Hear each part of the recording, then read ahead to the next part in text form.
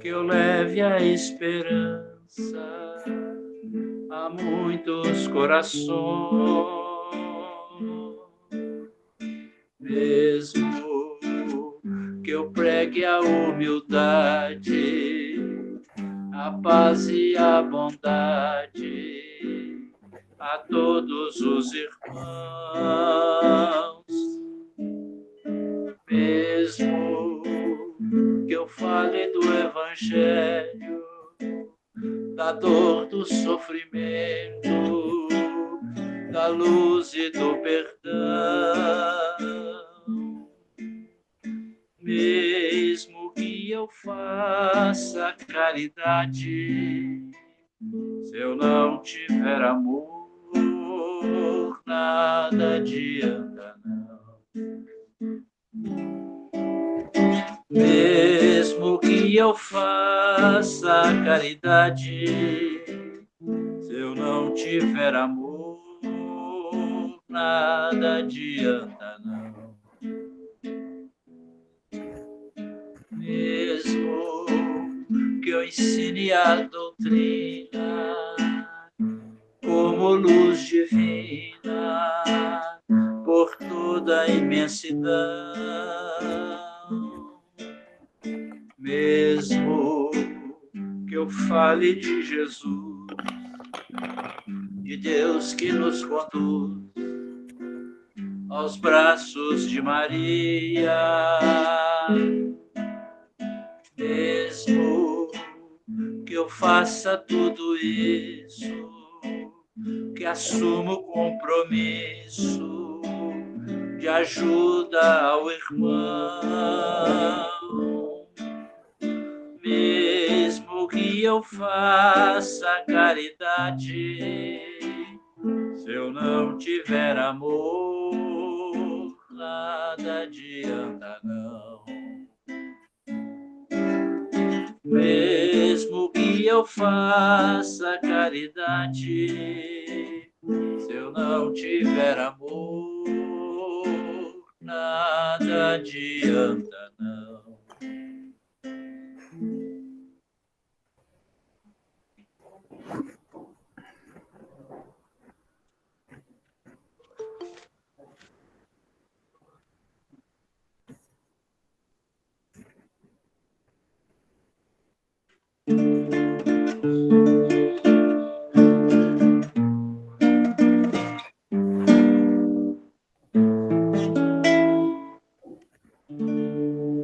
Poderosa águia que há no alto do totem, dá-me tuas asas, me ensine a voar,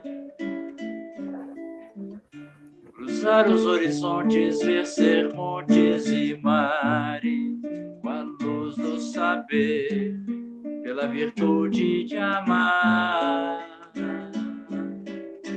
Com tua força tamanha, ó osso, me ajude a derrubar as barreiras da vida que eu venha encontrar. E eu venho pedir a ti, ó tartaruga, que o totem está a sustentar. Dá-me a certeza de um dia poder chegar a ver-te nas asas da águia, a força do urso, todas as coisas criadas por ti. Eleva minha alma, me faz tão pequeno, me leva a saber que está dentro de mim. Ó Pai nosso que estás no céu,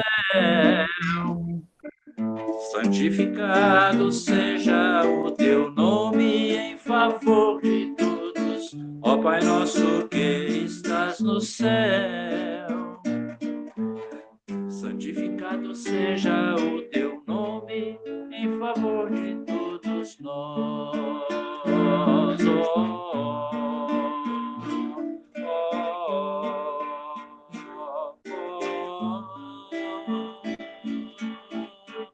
Em favor de todos nós. Muito Muito obrigado, São Mendes. Excelente, viu? Nos deixou assim com muita leveza, com a alma, né, bem tranquila para esse momento, né, para esse encontro. E falando em encontro, muito obrigado a todos, né, que já estão aí conosco na nossa sala virtual, né? Estamos aí como se estivéssemos na sala, né, de reunião da Casa de Miramês. E que sejam todos bem-vindos, né? Vamos aproveitar mais uma noite de estudo, de aprendizado. Estamos aí iniciando, né, o nosso estudo de hoje, que o tema é Amai os vossos inimigos. E para darmos início, vamos fazer a nossa prece inicial, né, fechando os nossos olhos, agradecendo a Deus, nosso Pai, por mais esse momento, por mais essa oportunidade, por mais essa reunião, a Jesus, nosso Mestre amado, por todos esses seus ensinamentos, deixados para que possamos aproveitar, para que possamos estar caminhando no caminho reto, e que o tema de hoje possamos estar avaliando em que situação que nos encontramos nesse momento. Tudo está no caminho direcionado por Deus, nosso Pai, trazendo para nós o acolhimento, trazendo para nós a paz que estamos tanto precisando, nos colocando nas mãos de Jesus, nosso Mestre amado, para que Ele possa nos abençoar, nos envolver, nos abraçar nesse momento.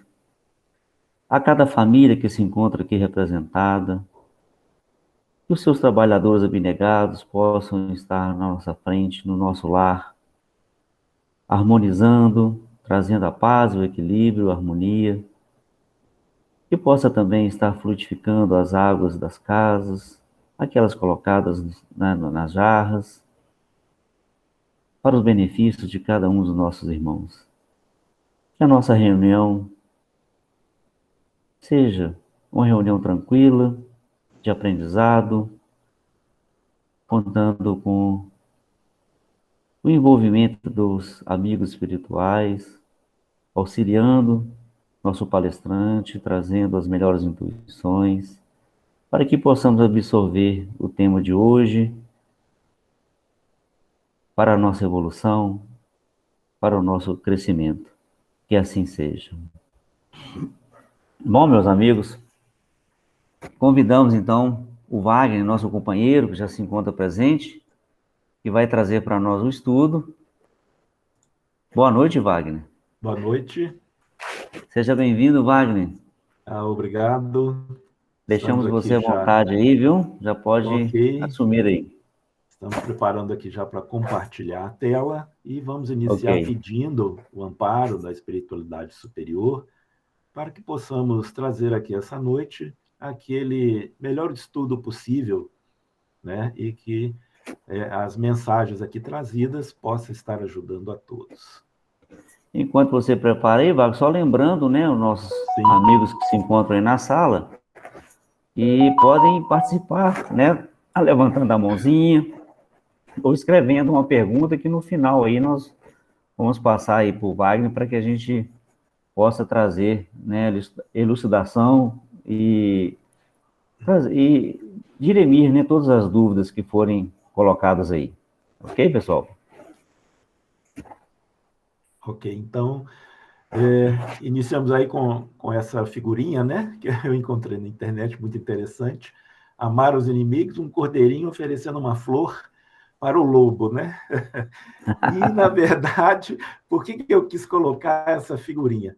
Porque é muito o que a gente sente, né? Quando fala, a gente recebe esse ensinamento, né? Vindo de Jesus, né? Amai os vossos inimigos. A gente pensa, né? O quão difícil é isso, né?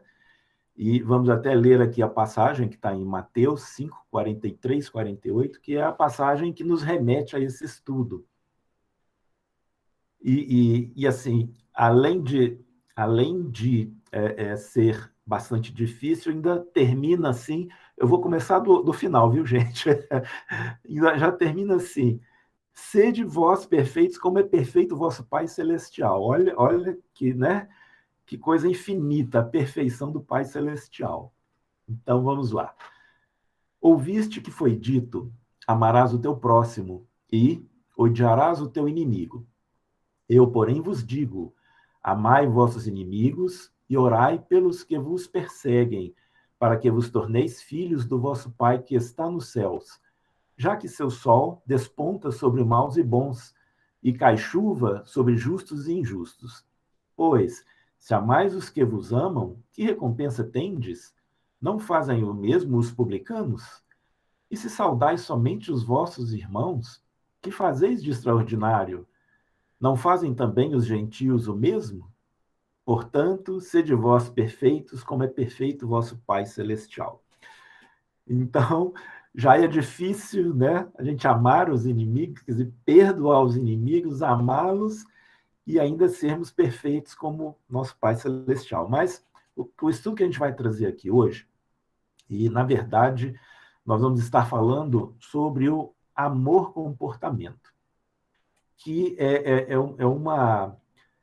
uma forma, né, uma nova concepção, quer dizer, não é nova, né, mas a gente vê que eu vou trazer várias passagens aqui do Evangelho que nos mostra isso, só que a gente ainda não vinha atentando para isso, que existe o amor-sentimento e o amor-comportamento. Vamos lá, então.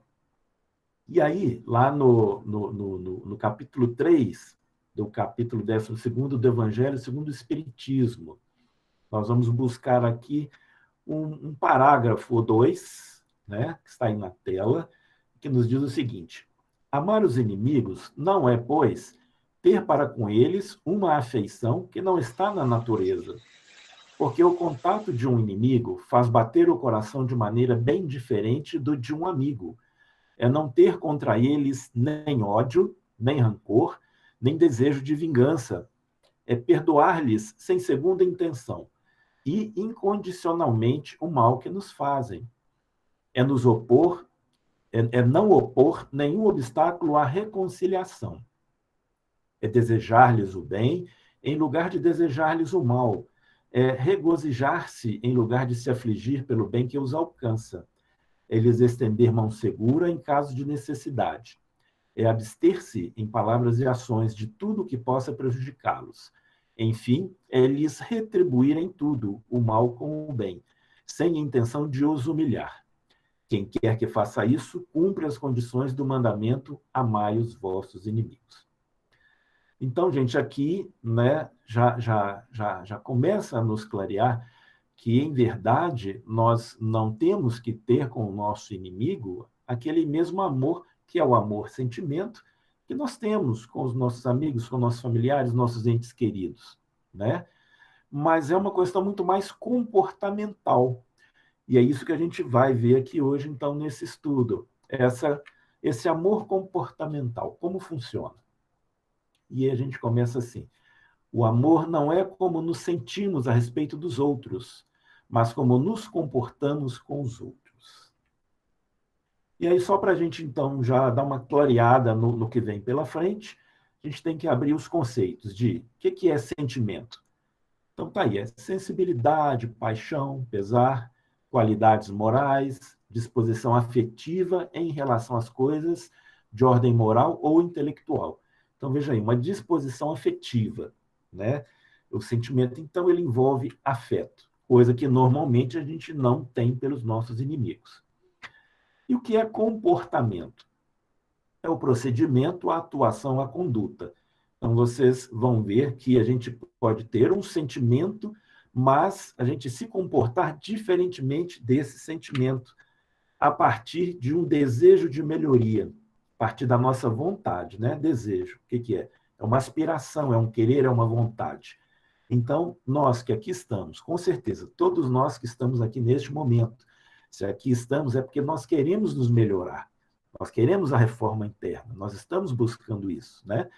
Então, a nossa vontade neste momento, ela com certeza, ela deverá dominar o nosso sentimento para que o nosso comportamento seja de acordo com a lei de Deus, de acordo com os ensinamentos do Mestre Jesus. E aí, né, vem uma pergunta assim, mas né, eu odeio o meu inimigo, e aí eu vou proceder com ele de uma forma boa, vou ter uma boa conduta, eu vou fazer o bem para ele. Será que eu não estarei sendo hipócrita, né? Será que eu não estarei sendo falso? Porque eu o odeio, mas eu estou apresentando para com ele uma conduta de bem, totalmente contrária. E aí, para isso, eu trouxe aqui, então, a passagem do item 4, capítulo 17, né, do Evangelho segundo o Espiritismo, e é uma colocação de Kardec. Reconhece-se o verdadeiro espírita pela sua transformação moral e pelos esforços que faz para domar as suas más inclinações. Vejam bem, pelos esforços que faz para domar as suas más inclinações. Então, gente, a partir dessa frase de Kardec, né, nós não estamos sendo hipócritas, não estamos sendo falsos, nós estamos querendo evoluir, e para nós evoluirmos, nós temos que dominar os nossos sentimentos ruins, né? Os sentimentos que trazem vibrações negativas. Então, se nós odiamos o nosso inimigo, nós temos que dominar isso, mas não é fácil. Mas, veja bem, é mais fácil a gente ter comportamento, a gente ter uma conduta de bem para com ele, que no caso, se a gente está tendo uma conduta de bem, isso é amor comportamento. E na medida que eu tenho este amor comportamento, eu tenho esta conduta de amor para com o meu inimigo, mesmo não gostando dele, mesmo odiando-o, né, eu estou começando a fazer esforços, ainda que sejam esforços absurdos, mas eu estou fazendo esforços para domar as minhas más inclinações. Isso por quê? Porque eu tenho vontade de evoluir, e eu já entendi, a partir do Evangelho de Jesus e com todo o esclarecimento trazido pela nossa maravilhosa doutrina espírita, né, eu já entendi que eu preciso domar as minhas más inclinações, né, esses sentimentos negativos. E aí, mais para frente, nós vamos ver o porquê e o como, né? Não quer dizer que vamos sair daqui hoje já sabendo, né, dominar tudo e perdoar nossos inimigos e amar os nossos inimigos. Mas nós estaremos, a partir desse estudo, com uma luzinha no fim do túnel, né? Porque se todos nós temos aqui a vontade de nos melhorarmos, com certeza esses ensinamentos que vão ser trazidos aqui hoje, eles vão nos ajudar nessa caminhada. E aí eu trago, né, para ajudar ainda mais nesse entendimento, a parábola dos dois filhos na vinha, que está lá em Mateus 21, 28, 31, que fala assim: um homem tinha 2 filhos, e aproximando-se do primeiro, disse: filho, vai trabalhar hoje na vinha. Em resposta, ele disse: não quero. Mas depois, arrependendo-se, foi. Aproximando-se do outro, disse a mesma coisa. Em resposta, ele disse: eu vou, Senhor. E não foi. Qual dos dois fez a vontade do Pai? Dizem: o primeiro. Jesus lhes diz: amém. Na verdade, eu interrompi aí 3 pontinhos, porque vai nos interessar mais especificamente essa primeira parte aqui da parábola. Ou seja, o primeiro filho, ele respondeu que não iria, quer dizer, um filho rebelde, não vou, né? Depois ele pensou bem: poxa, né, meu pai, que me ajuda tanto, né, que cuida de mim e tal, não, eu vou sim. Ele se arrependeu, né, e foi. Enquanto que o outro, né, todo tranquilo, todo amoroso, vamos dizer assim, disse: eu vou, mas não foi. Então, o primeiro, aquele que foi rebelde, ele fez a vontade do Pai. Na verdade, este teve um comportamento de amor, apesar que no primeiro momento o sentimento dele era de rejeitar, né? Então, vamos dizer, o que ele estava sentindo podia ser raiva de ter que trabalhar e via que o outro irmão nunca ia, ou ele podia estar com, às vezes, uma preguiça, enfim.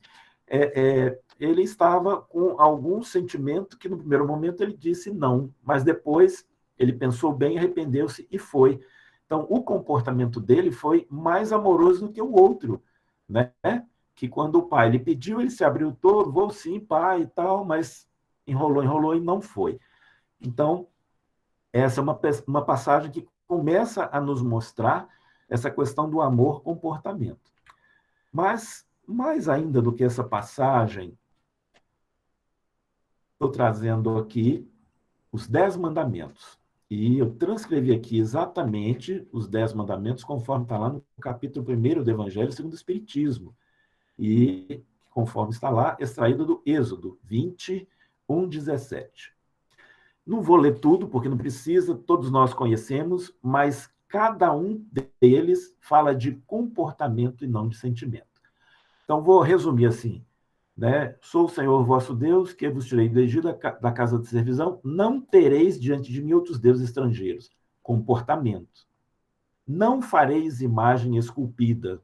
Comportamento. Não os adorareis, não lhes prestarei culto soberano. Comportamento. Número 2, não pronunciareis em vão o nome do Senhor vosso Deus. Comportamento. Lembrai-vos de santificar o vosso dia do sábado. Honrai a vosso pai e vossa mãe. Não matareis. Não cometereis adultério. Não roubareis. Não presteis falso testemunho. Esse aqui, não desejeis a mulher do próximo. A gente ainda fica meio dúvida, mas, na verdade, esse aqui está falando de vontade, não de sentimento, né? Não cobiceis a casa do vosso próximo, nem seu servo, etc, etc. A cobiça é um desejo imoderado de bens. Então, não é um sentimento, né? Então, vejam bem, nos 10 mandamentos, né, nos fala exatamente tudo sobre comportamento, né? Em nada fala do amor-sentimento. Então, por aí a gente já começa a entender, né, que esse amor-comportamento é, na verdade, o verdadeiro amor que Jesus veio trazer para nós, veio nos ensinar. Porque, veja bem, quando a gente fala, né, que nós não só devemos amar os nossos inimigos, mas nós devemos amar a toda a humanidade. Para pensar, né? São 8 bilhões de pessoas na face do planeta.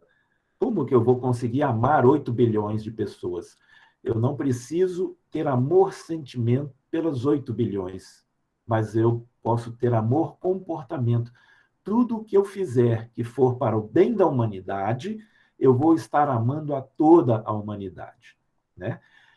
E agora, então, nós vamos entrar na parte propriamente dita do amor-comportamento, que são assim, como que nós vamos nos comportar, né?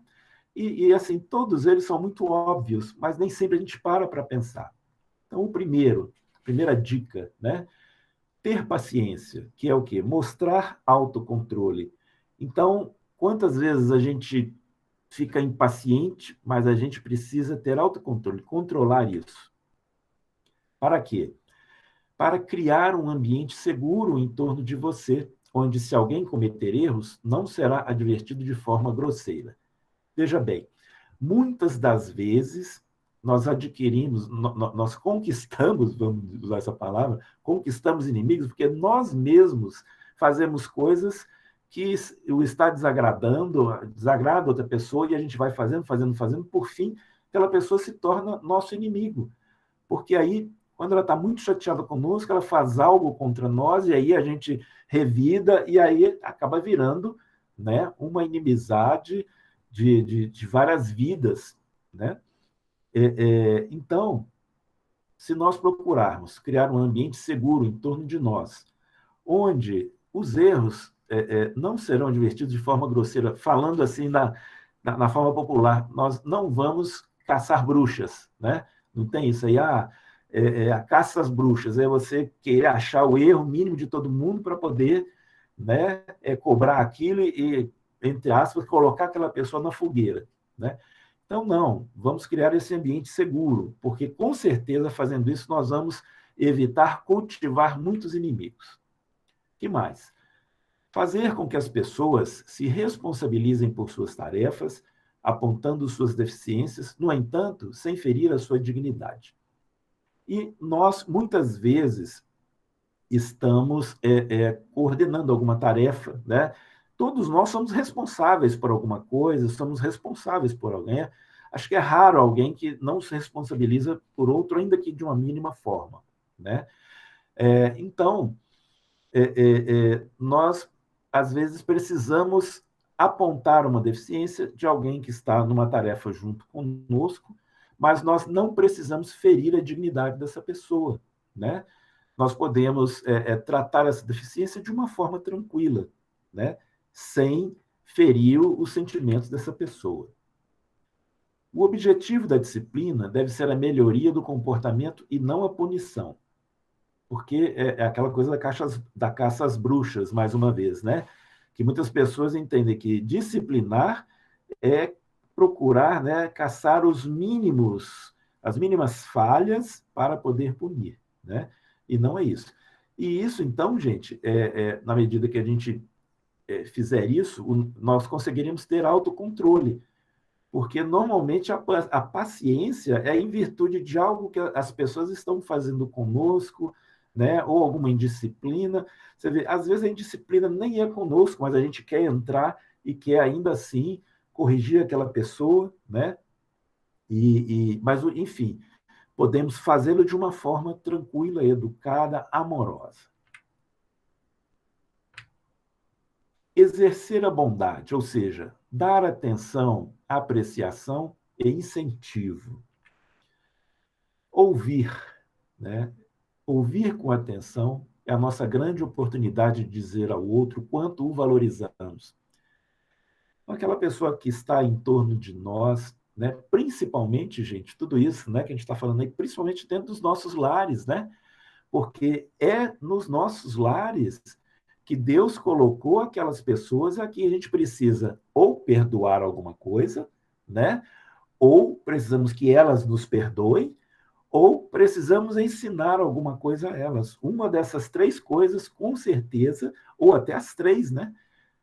Porque, na verdade, a gente ensina, né? A gente aprende, na verdade são quatro, a gente ensina, a gente aprende, a gente perdoa e a gente é perdoado, né? E isso, se a gente parar para pensar, principalmente, né, quem é pai e mãe, em relação aos nossos filhos, isso acontece o tempo todo. A gente ensina, mas a gente aprende, né? A gente perdoa e também é perdoado, né? Então, na medida em que nós ouvimos o outro, aquele que está próximo de nós, muitas vezes a pessoa quer só um desabafo, né?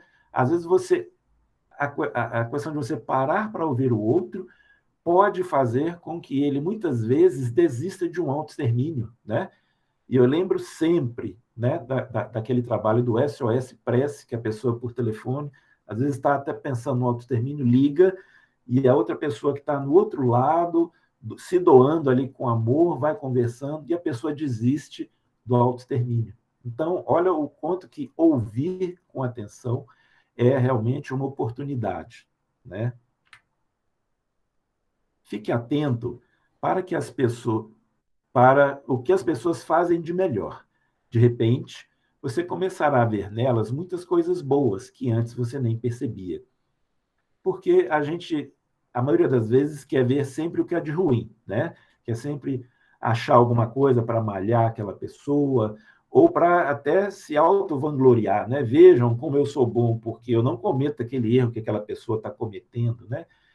Então, o ideal é que nós estejamos sempre atentos para identificar coisas boas, principalmente nos nossos inimigos, porque qualquer pessoa que está neste planeta, ela tem alguma coisa boa, principalmente porque este planeta já não é mais um planeta primitivo, né? É um planeta de provas e expiações que está, em poucos anos, passando para um planeta de regeneração. Então, as pessoas que aqui estão encarnadas, com certeza, têm muita coisa boa a oferecer, né? Às vezes ainda não evoluiu muito, né? Mas, com certeza, ela tem coisas boas. E se a gente parar para olhar, coisas que antes a gente nem percebia, nós vamos começar a descobrir nessas pessoas. Valorize sinceramente uma boa obra. Um simples elogio pode ser um poderoso incentivo. E essa questão do elogio até em nós espíritas, uma questão complicada, porque muitas vezes eu já ouvi assim, né, de espíritas, no sentido assim, não, nós não devemos elogiar, porque você fazendo isso, você vai estar incentivando a vaidade da pessoa. Então, a gente para de elogiar, e se a gente para de elogiar, a gente para de mostrar a outra pessoa que a gente já está valorizando, né? Mas um simples elogio pode ser um poderoso incentivo. E é uma coisa também que eu até já falei em outras oportunidades. A pessoa que ela quer melhorar, se ela está fazendo bem, então, lá, por exemplo, vamos supor, dentro da casa espírita, né? A pessoa está fazendo uma tarefa, fez aquela tarefa muito bem, e aí você elogia aquela pessoa, se envaidece do elogio, mas aquela vaidade dela poderá servir de energia para ela fazer melhor ainda, né? Ela fala, poxa, que bom, né, receber esse elogio. Às vezes até ela sente essa vaidade, a pessoa jamais conscientizada, ela sente, nossa, estou ficando vaidoso por esse elogio.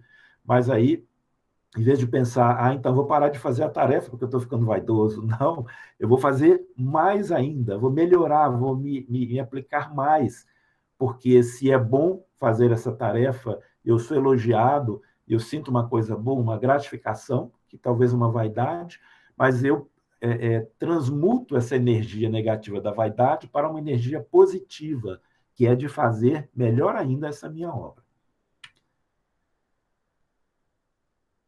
Devemos, então, desenvolver a humildade, que é o quê? Ser autêntico, né? Sem pretensão ou arrogância. E isso aí é até uma coisa complicada também, né? Porque muitas vezes a gente confunde a humildade com a subserviência, né? E a gente, às vezes, vamos dizer assim, se recolhe a uma insignificância, uma falsa insignificância, porque alguém nos critica, né? E a gente deixa de ser autêntico, né? E a gente, às vezes, até pensa, nossa, a pessoa está me criticando porque eu estou fazendo uma coisa, às vezes, estou aparecendo muito ao fazer muitas obras, né? E aí eu penso assim, imagina, por exemplo, se Chico Xavier, nas suas mais de 400 obras, né, se ele psicografou um livro e publicou, né, editou, publicou esse livro e divulgou, é lógico que ele vai ser reconhecido, né? Imagina se ele, então, parasse de fazer as psicografias logo nos primeiros... Aliás, um dos primeiros, né, foi o Parnaso do Além-Túmulo.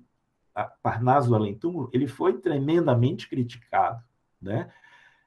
Imagina se ele parasse de fazer em função disso, porque teve pessoas falando que ele era arrogante, porque, né, ele com apenas a formação primária, né, apenas do fundamental, ele escrevendo poesias e textos ao nível de grandes escritores, né?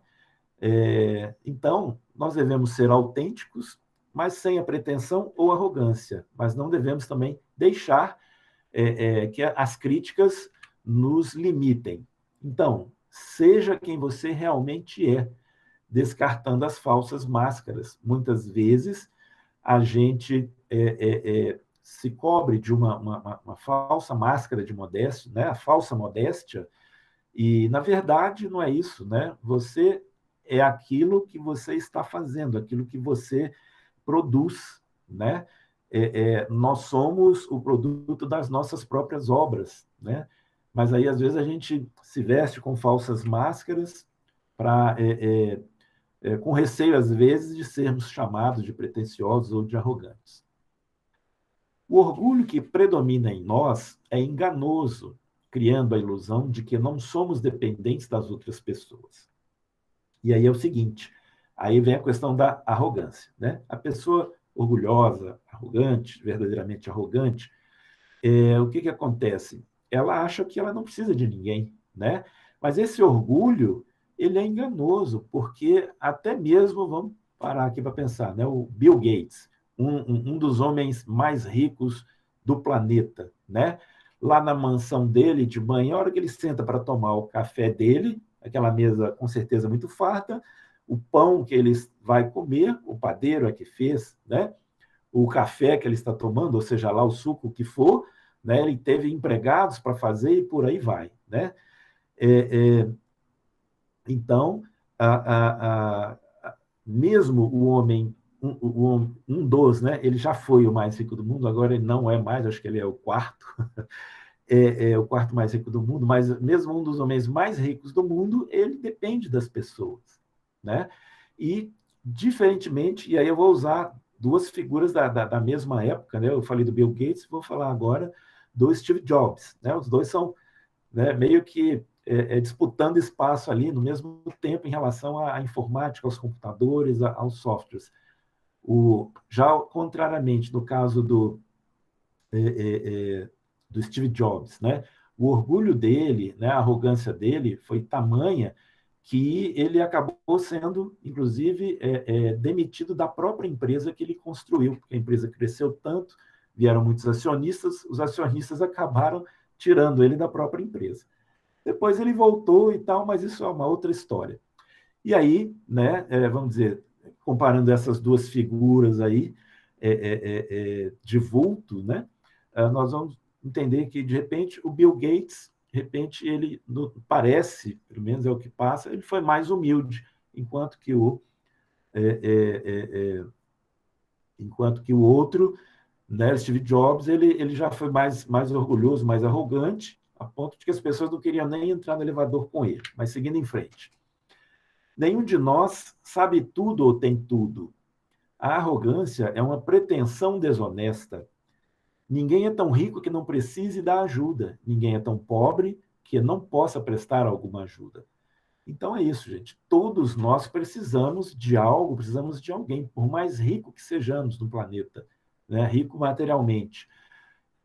E mesmo espiritualmente, né? Sempre estamos precisando de uma ajuda de uma outra pessoa, de um outro espírito, encarnado ou desencarnado. Então, por isso que a arrogância é uma pretensão desonesta, né?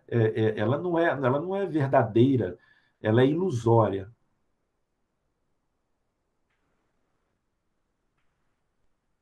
Mostrar respeito, tratar os outros como pessoas importantes, porque o outro é importante, né? Não é só porque devemos tratar, é porque o outro ele é importante.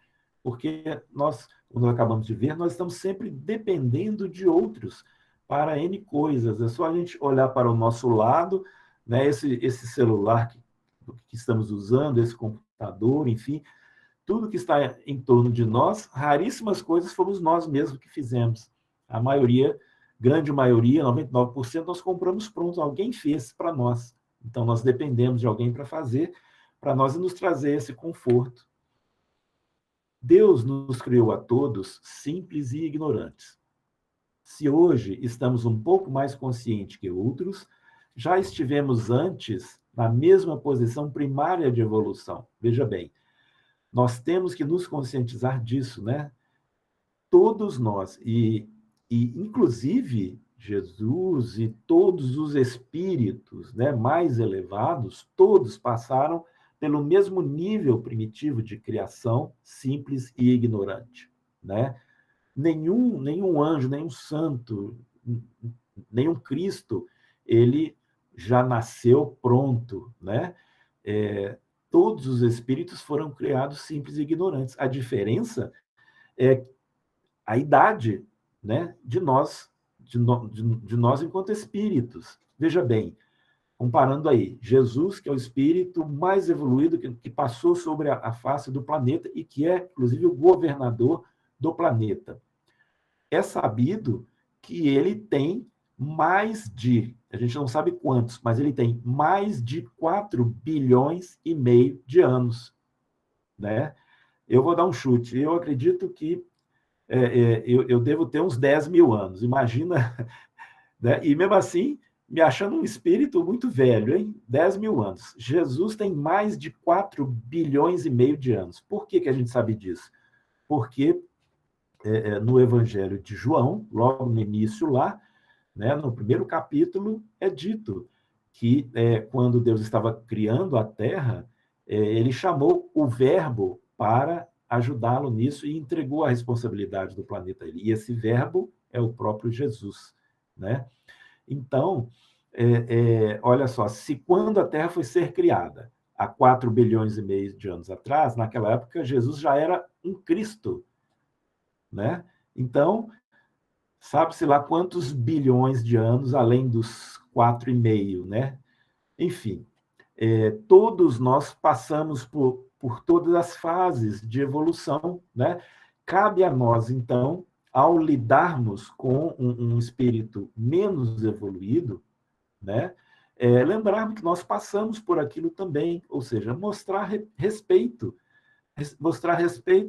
pela posição ainda menos evoluída. E costuma acontecer muito que a gente, na nossa arrogância, no nosso orgulho, a gente acha que é mais evoluído e, na verdade, não é, né? Muitas das vezes, a pessoa é muito humilde, a gente se julga mais evoluído, trata aquela pessoa, às vezes, com desprezo. Depois, no plano espiritual, nós vamos nos assustar e descobrir que aquela pessoa, na verdade, mais humilde, estava espiritualmente na nossa frente, em termos de evolução. E, né, o jargão, né, que todos conhecem, temos que respeitar para sermos respeitados. Agir com abnegação, que é o quê? Satisfazer as necessidades dos outros.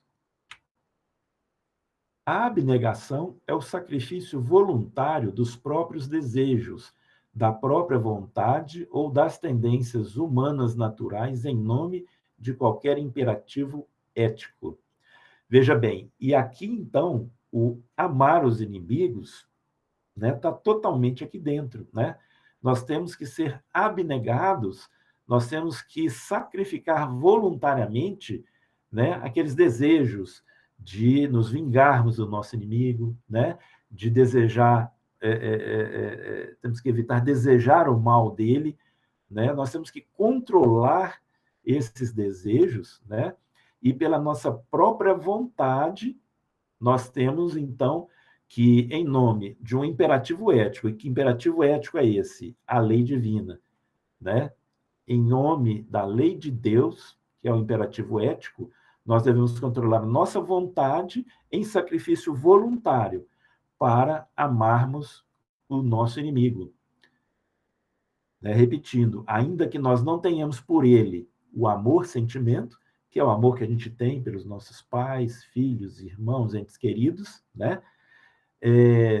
Mas nós teremos para com eles o comportamento do bem, né?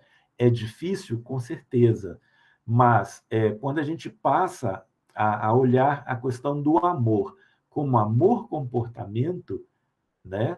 E não o amor-sentimento, facilita mais, porque no primeiro momento, quando Jesus nos diz para amarmos os nossos inimigos, a gente imagina que a gente tem que amar o nosso inimigo como a gente ama nosso pai, nossa mãe, nossos irmãos, nossos entes queridos todos, né?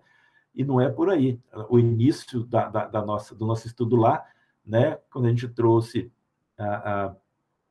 aquele parágrafo do Evangelho segundo o Espiritismo, já fala isso, né, que o inimigo, ele traz um batimento de coração diferente, não é aquela mesma forma de bater o coração que a gente, né, bate por um ente querido, né? Não porque a gente não tem o amor-sentimento por ele, mas dominando esse nosso desejo de vingança, de fazer o mal, invertendo isso em busca da nossa própria melhoria íntima, né, da nossa reforma íntima, e quando a gente deseja isso com muita força, a gente acaba conseguindo, né?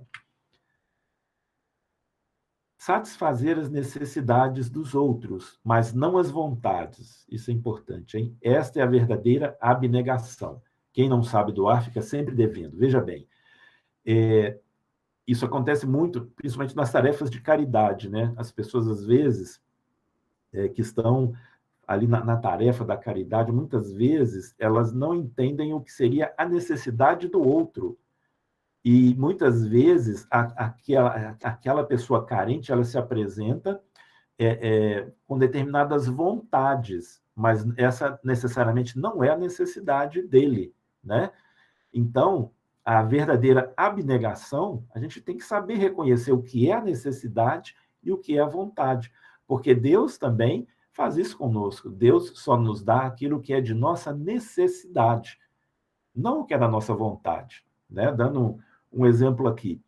Eu sou, por exemplo, um vendedor que eu preciso do meu carro para trabalhar. E aí meu carro estragou, né? Pifou, eu preciso de um outro carro, né? Como diz, ele deu perda total, digamos que teve um acidente, deu perda total, preciso de um carro novo.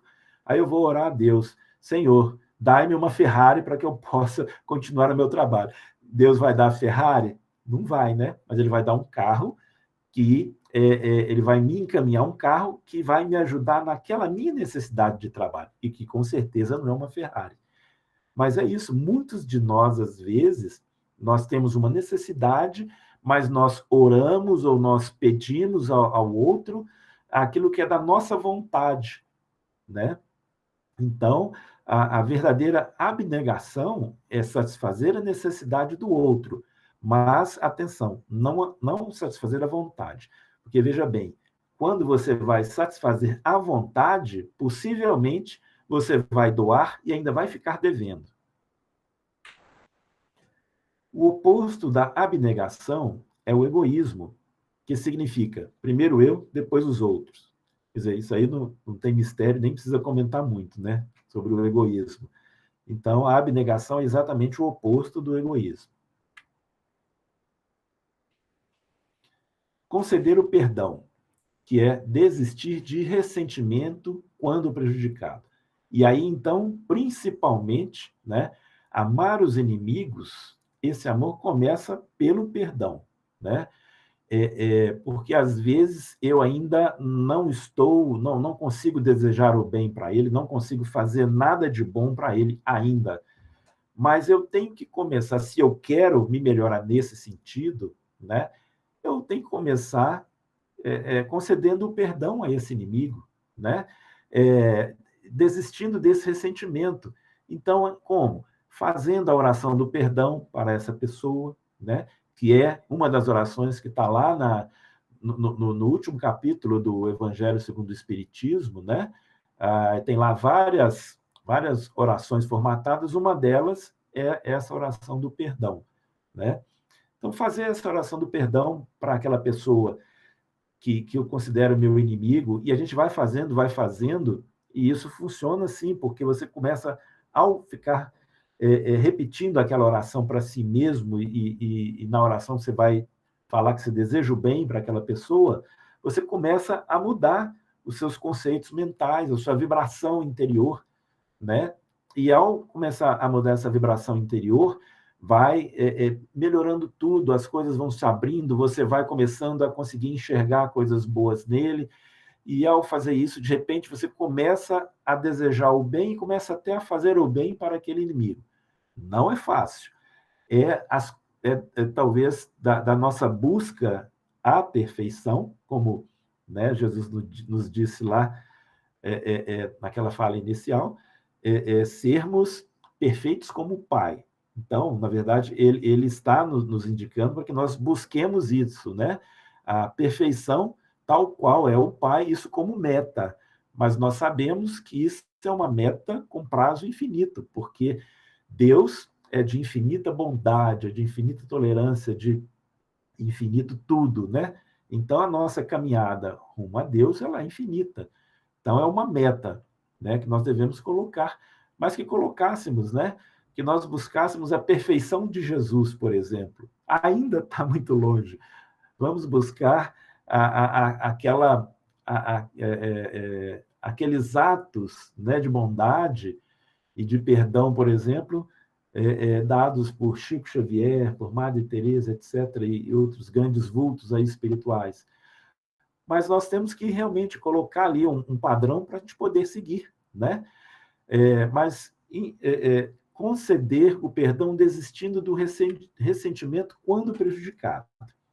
Então, perdoar é lidar de um modo afirmativo com as situações que aparecem e depois desapegar-se de qualquer resquício de ressentimento.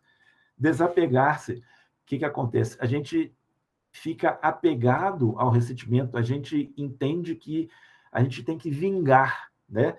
A gente entende que nós só vamos desapegar daquele ressentimento quando a gente se vingar. E aí a gente vinga, aí é o outro que passa a ter ressentimento conosco, aí ele faz alguma coisa com a gente também, e aí isso vira uma bola de neve, né? Às vezes tem inimizades, né, que elas vão transcorrendo aí por milhares de anos, até que um dia os espíritos, né, inimigos, eles entendem que é preciso perdoar. E aí, finalmente, aquela inimizade ela acaba. Guardar ressentimentos nos tornam pessoas amargas e infelizes, consumindo grande parte de nossas energias. Isso aí, gente, já está até provado cientificamente, né? Os psicólogos, né, psiquiatras, todos esses estudiosos, terapeutas, todos esses estudiosos, né, que analisam essas questões de comportamento humano, e aí eles estudam, medindo como fala, as energias cerebrais, né? Eles vão medindo isso e vão identificando ali, quer dizer, quando você está odiando, por exemplo, né, com um ressentimento, você está com raiva, você está com ódio, alguma coisa assim, você não só tem as vibrações cerebrais tumultuadas, quanto você também joga substâncias, né, hormônios em excesso, né, porque tudo em excesso faz mal. Então, nós temos hormônios que são jogados normalmente no nosso corpo, como, por exemplo, a adrenalina, né? Mas se jogar, por exemplo, adrenalina em quantidade muito grande, você vai só se prejudicando, né? E o seu corpo vai só perdendo ali uma série de qualidades que ele tem, vai envelhecendo mais rápido, né? Vai depreciando mais rápido, né? Então, essas amarguras, essa infelicidade, esses ressentimentos que nós ficamos cultivando, consomem uma grande parte das nossas próprias energias. Então, tem uma frase que ela, inclusive, está em muitas orações, que é perdoar com esquecimento de todo mal. Veja bem, essa frase, né, temos que atentar ao seguinte: não é esquecer o ato contra nós, mas sim esquecer o rancor, os ressentimentos gerados por esse ato. O que acontece, né? Perdoar com esse esquecimento de todo o mal, no primeiro momento, parece que nós vamos ter uma amnésia, vamos esquecer todo o mal que nos foi feito e, a partir disso, nós vamos perdoar o nosso inimigo e passar a amá-lo. Não é isso. Esse esquecimento não é esquecer o ato, né? O mal propriamente em si, o ato mal, mas esquecer o rancor que nós vínhamos nutrindo contra aquela pessoa, né? Os ressentimentos que foram gerados por aquele ato. Então, nós temos que ir trabalhando isso, fazendo oração de perdão, buscando trabalhar isso dentro de nós, de forma que esse esquecimento do mal, ele vai ser o perdão. E quando eu perdoo, eu lembro daquele ato de mal que foi feito contra mim, mas eu não vou mais lembrar daquele ato com ressentimento interno. Eu lembro como uma coisa passada, né? Uma coisa que passou e foi curada, como se fosse uma doença que eu tive, sofri muito com ela, mas eu curei aquela doença, hoje eu lembro daquilo, dando graças a Deus porque passou, né? Então, esse perdoar com esquecimento de todo o mal é isso. Não é esquecer o ato, mas esquecer o rancor. Praticar a honestidade, ser livre de engano. Então, o que é honesto é aquilo que é livre de engano, né? E isso, o livre de engano, dos dois lados. Nem eu estar enganando alguém e nem alguém estar me enganando, né? Então, praticar a honestidade, ser livre de engano, principalmente eu enganar a outra pessoa. Mas eu também não tenho que deixar me enganar, né? Ou seja, eu não tenho que me menosprezar, eu não tenho que ser menor que ninguém, né? Então, eu vou ser honesto com o outro, mas também não vou aceitar a desonestidade. E esclarecer as expectativas das pessoas, transmitindo todas as boas e más notícias, sempre lhes dando um retorno de forma firme, previsível e justa. Muitas vezes a gente cria inimizades por causa disso. A gente tem determinadas expectativas, seja no trabalho, seja mesmo numa relação de amizade, seja num casamento, né, numa relação de pai e filho, mãe e filho, enfim.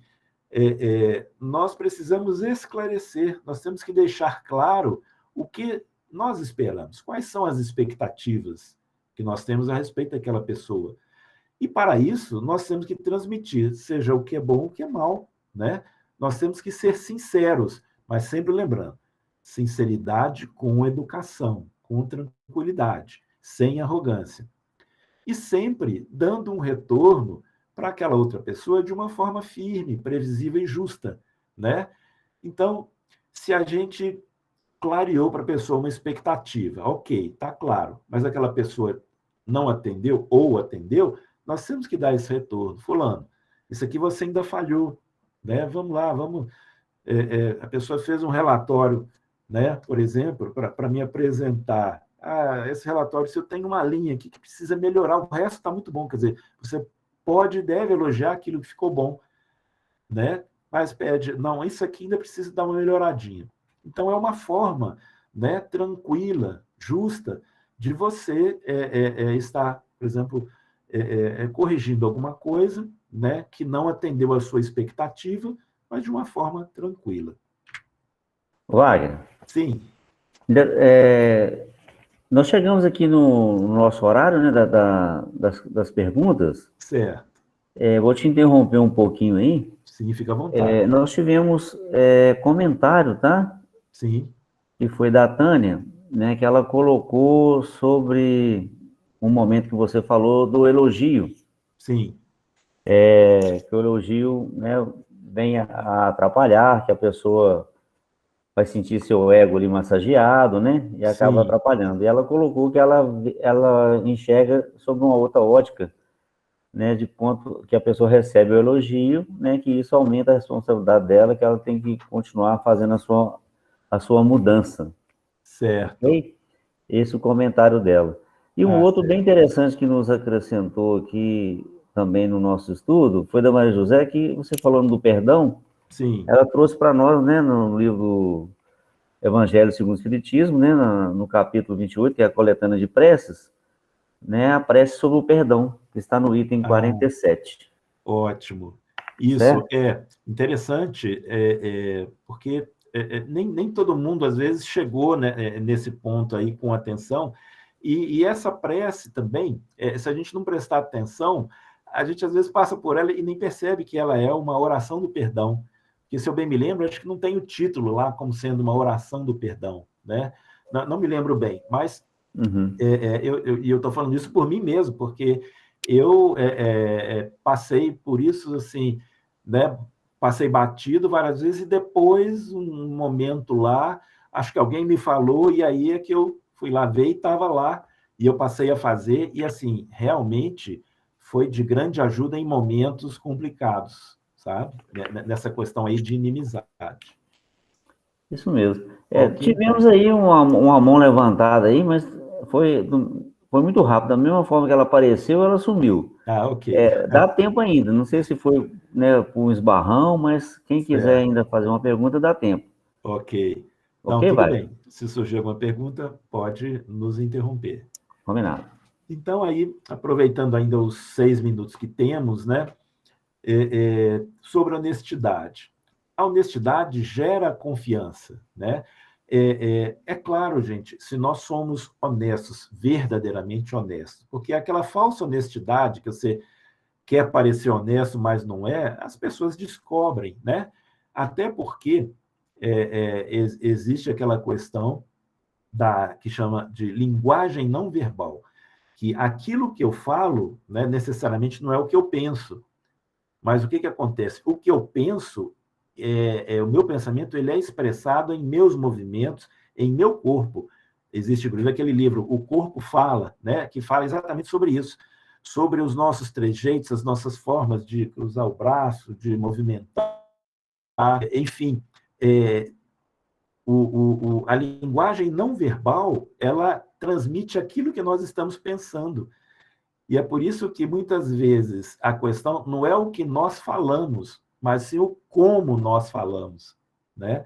Então, a honestidade gera confiança, a verdadeira honestidade, por quê? Se eu estou falando honestamente, estou pensando, o meu corpo vai transmitir igualzinho o que eu estou falando, né? O meu corpo vai ser o espelho da minha palavra, né? E aí a pessoa mesmo, isso, gente, todos nós temos isso, nós temos essa percepção, só que uns têm mais consciência dessa percepção, né? Tem pessoas até que procuram estudar essa linguagem não verbal, né? E então a pessoa conversa com você, mas ela não está com tanta atenção no que você está falando, mas ela está lendo você, está lendo a sua movimentação, sua gesticulação, seu olhar, né? A sua fala, como está sendo, enfim. Essa honestidade verdadeira, ela vai gerar confiança, né? Porque a pessoa sabe que você não vai enganá-la, né? Ou seja, você estará passando uma mensagem livre de engano, né? Então, nós temos que procurar realmente sermos verdadeiramente honestos. É a sinceridade até naquilo. A pessoa pergunta, você está gostando disso aqui que eu estou fazendo? Às vezes você fala que está gostando, mas você não está sendo honesto, você não está realmente gostando. Mas aí você, fatalmente, você vai estar gerando uma desconfiança naquela pessoa, ainda que seja uma desconfiança de uma forma inconsciente dela, porque todos nós, não nos enganemos, todos nós temos a percepção dessa linguagem não verbal. E aí uma passagem que está em Mateus 5,37, né? Seja, porém, a vossa palavra sim, sim, não, não. O que excede disso é do mal. Por quê? Porque muitas vezes a gente quer falar demais e florear demais uma coisa que necessariamente não é aquilo que a gente está achando, né? Então, sim, sim, não, não, né? Como se diz, né? Pão, pão, queijo, queijo, por aí vai. Então, nós devemos ser sinceros em nossa palavra, sem nenhum excesso, né? Então, se nós vamos passar um elogio sem excesso, um elogio naquilo que a gente verdadeiramente está entendendo, né? Que é verdadeiro, aquilo que nós acreditamos, sim, que foi bem, ou se a gente estiver passando uma opinião assim de não concordância, né? A pessoa fez alguma coisa que não nos agradou, ou que não foi certo, ou que, enfim, que ficou fora da nossa expectativa, então a gente vai falar não, né? Então é sim, sim, não, não. Mas não excederem nem no sim, nem no não. Porque, como nos disse Jesus, o que exceder disso é do mal. Por que é do mal? Porque a partir daí nós poderíamos estar, inclusive, cativando alguns inimigos, né? Cativando e cultivando, que às vezes até a pessoa já é nossa inimiga, a gente não percebeu, né? Talvez até porque nós estamos mesmo excedendo em nossas palavras, no sim, sim, no não, não, né? E aí nós estamos gerando o mal, e esse mal acaba atrapalhando um relacionamento. Manter compromisso, que é sustentar suas escolhas. Eu vou agilizar um pouco aqui, porque temos só um último minuto. Então, não basta estar envolvido, tem que estar comprometido. Afinal, a escolha foi sua. Então, gente, quando nós fizermos uma escolha, vamos sustentar isso, vamos realmente caminhar e nos fazer firmes naquilo que a gente, então, escolheu. Portanto, vamos ser compromissados. O maior dos compromissos é o compromisso com a sua vida reencarnada, e resulta em seu próprio crescimento e de todos aqueles que lhe estão mais próximos. Então, isso aí acho que até dispensa maiores comentários, né? Cumpra sempre um compromisso assumido, inclusive com horários. Nós, brasileiros, somos ruins nisso. Todo descumprimento da sua palavra é um atestado da menor importância do outro para você, portanto, um menosprezo. Então, se eu assumo um compromisso com horário marcado, e eu chego atrasado, o que eu estou passando? Menosprezo. Esse compromisso para mim não é tão importante, posso atrasar. Porque se você faz um compromisso, por exemplo, com o seu chefe, né, seu patrão, e você chega atrasado, ele vai te demitir, ele vai te chamar atenção, você nunca mais vai chegar atrasado. Ou então você está fazendo porque quer ser demitido. De qualquer maneira, é um menosprezo. Então, concluindo, que nosso tempo finalizou. Nosso verdadeiro caráter cristão se revela quando temos que nos doar aos agressivos e arrogantes, ou seja, muitas vezes exatamente os nossos inimigos. Quando somos colocados à prova e temos que amar as pessoas de quem não gostamos tanto, ou seja, os nossos inimigos. Amar é buscar o bem maior para os outros, nos doando para identificar e atender suas legítimas necessidades, portanto, não as vontades. E assim, nós terminamos, agradecemos a todos pela atenção e que todos nós possamos seguir o nosso Mestre Maior, internalizando suas mensagens em nossos corações e nossas mentes. Agradeço a todos. Devolvo a palavra aí para o Soares. Ok, Wagner, muito obrigado aí, viu? Agradecemos muito aí pela sua presença, né, pelo seu comprometimento, né, de estar conosco hoje aqui, trazer esse estudo, o esclarecimento para todos nós. Pontualíssimo, né? Bacana. Interessante demais a questão que você trouxe, que eu achei, a questão do comportamento, do amor-sentimento, né, e do amor-comportamento, né, deu uma clareada para a gente um pouco aí, dentro desse processo aí de amar, né, como amar aí os inimigos, né? Muito obrigado, viu, Wagner? E agradeço a presença de todos já, antecipadamente, né, estamos aí finalizando, né, o nosso encontro, e para fecharmos aí, né, de uma forma serena e tranquila, vou convidar o Sol Mendes para fazer mais uma música por nós. Pode ser, Sol Mendes? Vamos lá. Então tá jóia.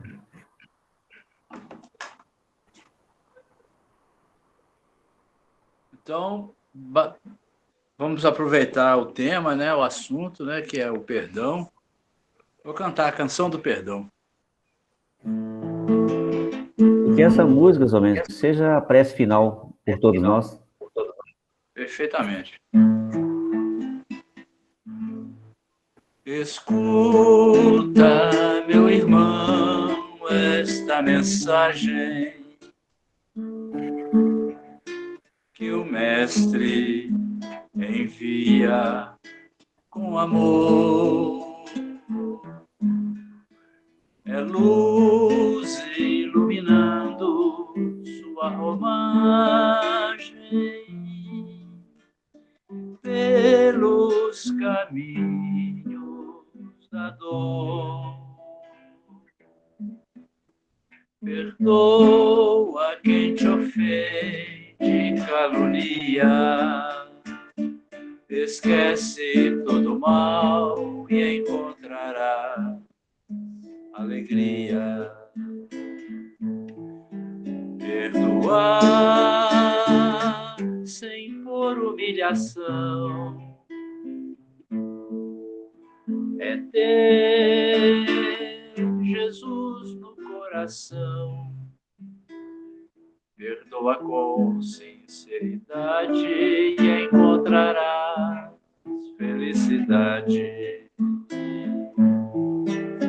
Transforma o ódio em amor,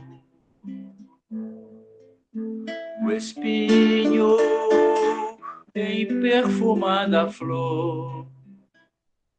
Segue na vida sempre amando e ao inimigo perdoando. Segue na vida sempre amando e ao inimigo perdoando.